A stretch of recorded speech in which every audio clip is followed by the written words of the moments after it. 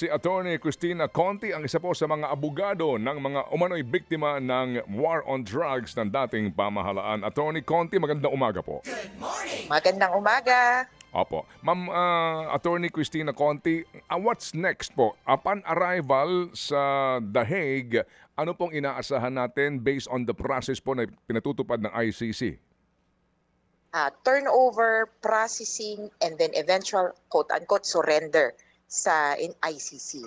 Yung turnover of custody, kasi ngayon, ang parang may hawak o may kustodiya sa kanya, Pilipinas, at sa anyo ng Philippine Police. Doon, pagkadating sa airport, malamang ibibigay yan, ito turn over sa Police Netherlands. So sa Dutch Police, ito turn over nila ang physical custody ng akusado. Pagkatapos ng turnover, doon kakagat yung Article 59.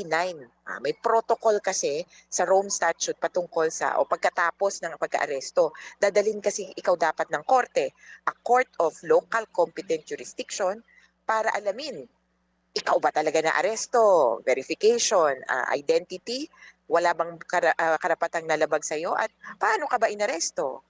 Kailangan ayon sa proseso doon sa lugar kung saan ka inaresto. Kapag may ganong certification o pagpapatunay na okay naman, substantially complied ang requirement at ikaw ang tamang tao, papasok na yung quote-unquote surrender sa International Criminal Court. Dadalhin siya sa court, sa mismong detention facility. Sabi naman ng iba, yung pagdalak sa court of local competent jurisdiction, dahil kakaiba na ang sitwasyon na ang humuli sa kanya, ang arresting at custodial state. So ang humuli at yung nagdetini sa kanya na estado, ang Pilipinas, na panimula, ay hindi miyembro ng ICC. Kaya parang ano gagawin natin? Medyo walang precedent itong ganap na ito, kaya ang lalabas ay may option daw ang ICC na idiretso sa kanya ang kustodiya.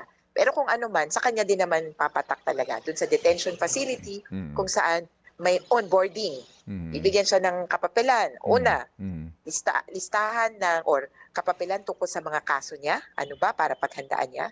Pangalawa, rules and regulations ng facility. Dito po kayo kakain, ganito ang oras. At pangatlo, listahan ng mga abogado na accredited sa ICC.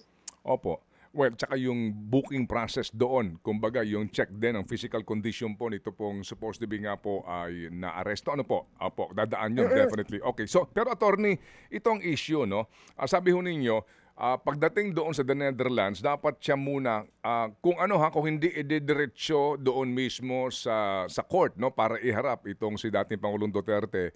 At maaari siyang tanungin kung naging tama ba yung pinagdaan ng proseso bago siya mailipad doon sa the Netherlands. So, ang tanong nga po dito ng marami, tama bang pinagdaanan itong proseso? Kasi sinasabi ng iba, number one, wala naman tayong extradition treaty sa the Netherlands. Number two, dapat daw noong inaresto ang dating Pangulo, dumaan muna siya dito sa isang competent court para abisuhan ang korting ito na kami sa Interpol ay may inaarestong Pilipino at itong Pilipinong ito ay deprived ng kanyang liberty because of this arrest warrant at siya ay aming dadalhin. Kumbaga magpapaalam muna dapat sa local court dito yung Interpol bago ilipad patungo po ng the Netherlands yung subject.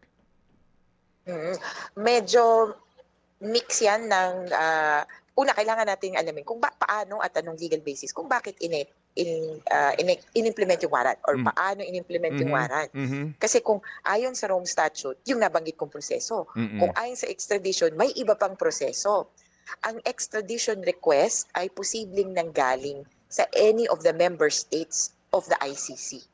May ibang kaitsurahan ito dahil yung 125 member states ng ICC ay pwedeng nag-request sa atin. At dun sa 125 na yon, parang may 15 tayo nakapartner sa mga extradition treaties. Isa dyan na nagsabi lang na, uy, pwede mo bang pa-request naman na uli mo naman to. May itsurahan ito na hindi lang legal, kundi also political.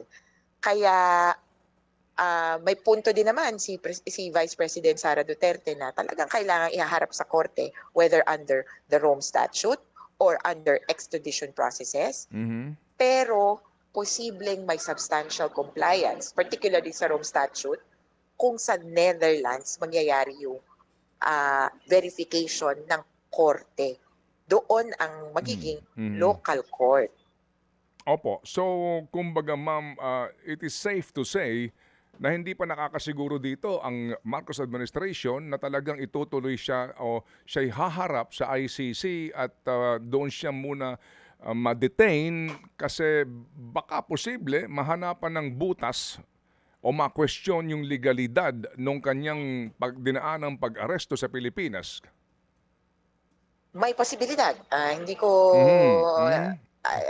i-disclaim yan. May Mm. posibilidad. Mhm. Pero ang konsepto kasi ng, kumbaga, anong mas mabigat na dapat maganap, Mm. matrial siya. At Mm. kung malalang-malala yung violation ng constitutional rights at or international criminal Mm. law Mm. rights, Mm. dun lang parang, o sige, pakawalan yan dahil grabe yung paglabag ng kanyang karapatang pantao. Lahat ng akusado sasabihin yan eh. Opo, Hindi opo. niyo ako binasahan or Mm. hindi ko Mm. narinig or Mhm. hindi niyo ako binigyan ng papel. Mhm. Pero kung ma-offset nun, yung bigat ng, pero narinig mo naman right after. O, di ba, may hawak kang papel. Oo, kaya lang, di ko naman binasa. O, ikaw na yung may kasalanan. So, may mga ganong insidente na Mm. talagang pwede mong ikutan, pero Mhm. in the end, ganun ba kabigat? Ganun ba Mhm. kalala? Opo, At opo. dito magwe-weigh in, ditong eksena ng Supreme Court natin. Yan. Mhm. Inaabangan namin yan kung anong sasabihin nila. At pangalawa, kung anong magiging proseso doon sa dahig. Kasi kung under the Rome Statute required yung dadalhin ng local court, interesting kung ganun nga ang magaganap kung sa Netherlands court o kaya dito sa ICC mismo yung magdedetermine ng kanyang identity, etc. Opo, ito pong itong Supreme Court petition nila Attorney Torion et al. Humihingi ng TRO, 'di ba, doon sa aresto. So moot na 'yon. Buhay pa ba? Oo Opo, eh. yes ma'am. Moot, klaro na po 'yon. Kasi nga yung pinaaresto nakaalis na. Pero yung pong question sa legalidad nito pong arrest warrant na ito, buhay pa 'yon. Ako mas hindi pa nga yun yung phrasing kasi ng ano nila, ng Petition. petisyon eh. Ang Mm. sabi nila, yung cooperation, yun yung tinitira nila. Mm. At sabi nila, patigilin ang any form of cooperation at ideklara na illegal ang any form of cooperation. Mm. Basta cooperation, yun yung tinitira nila. Mm. Kung ganon ang perspective, out na. Kasi pwedeng sabihin ng Pilipinas, hindi naman kami nagko-cooperate, tapos na oh. Mm. Nilipat na nga namin. Doon ka magreklamo sa Netherlands. Mm. Ang pwedeng maging buhay, unconstitutional ba yung cooperation? Diyan, palagay ko, baka matalo sila eh. Kasi sa kaso ng Korte Suprema na Pangilinan versus Cayetano, ito yung pagpapasya tungkol dun sa pag-alis natin dun sa ICC. Kinwestiyon yun, 2011. Mga senador, sabi ng court, there are residual obligations. Mm. Kaya medyo tagilid, kumbaga, na kukwestiyonin mo, pwede bang mag-cooperate ang Pilipinas? Pwede. Kasi sabi ng Article 127 ng Rome Statute. Kasi sabi ng Korte Suprema sa Pangilinan versus Cayetano. O kung yun lang naman ang tanong mo, okay na. Kasi kung ang gusto mo, i-reverse o i-undo yung aresto, wala na. Tapos na. Mm. Nangyari na eh. Mm. Mm. Wala nang turn back time. Opo, opo, opo. Yung nga po, marami nakaantabay kahapon. Actually nga, may claim na mayroong TRO pero hindi po nangyari naman yon. So, sa ngayon po, ang pinasasagot dito ay mga nasa executive. Ano ang balak po ng inyong grupo? Will you intervene in this case, ma'am?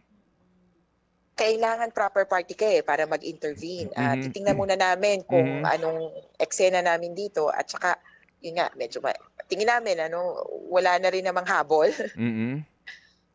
Or mahihirapan na rin naman kung pagdating ng tamang panahon. Kasi kung ang TRO, intay mo lang naman yan, Mhm. within, actually 72 hours ang ano niyan eh, Mhm. window.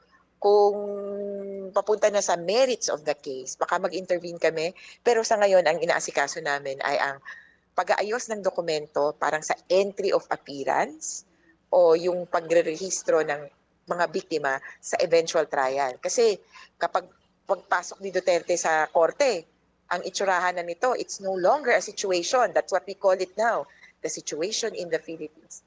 Now it becomes a case, kaso na.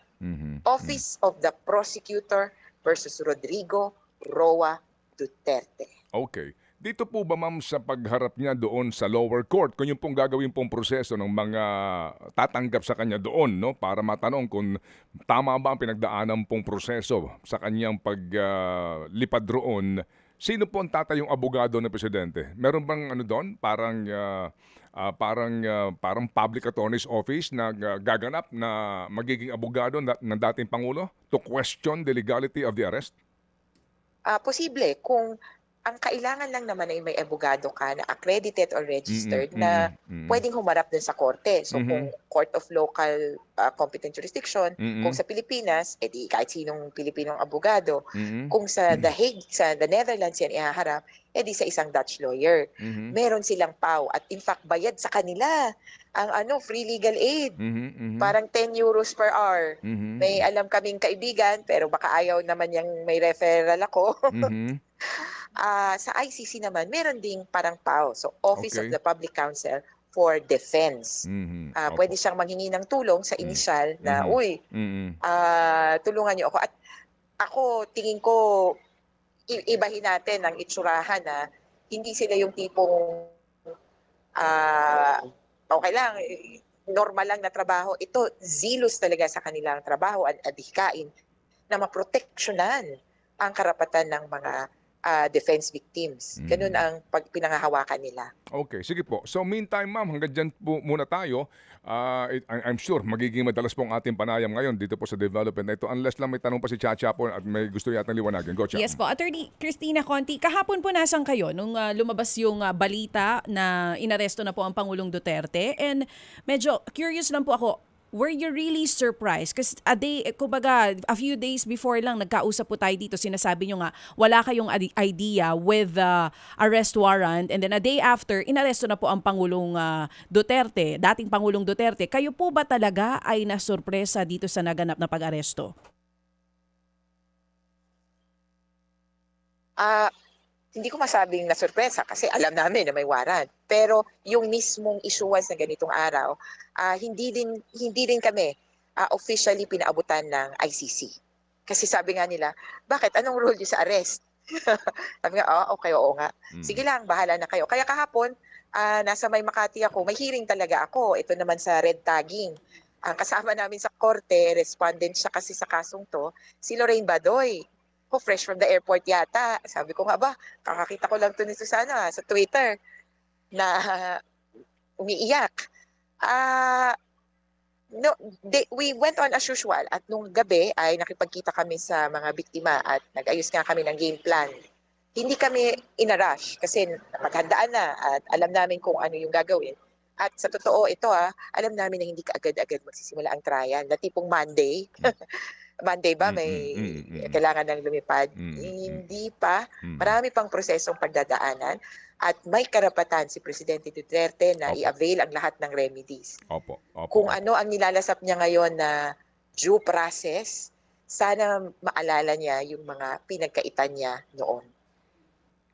Well said, ma'am. So, Attorney Conti, sabi ko nga kanina, mukhang mapapadalas pong ating panayam. But definitely po, for this morning, we say thank you for finding time to be with us.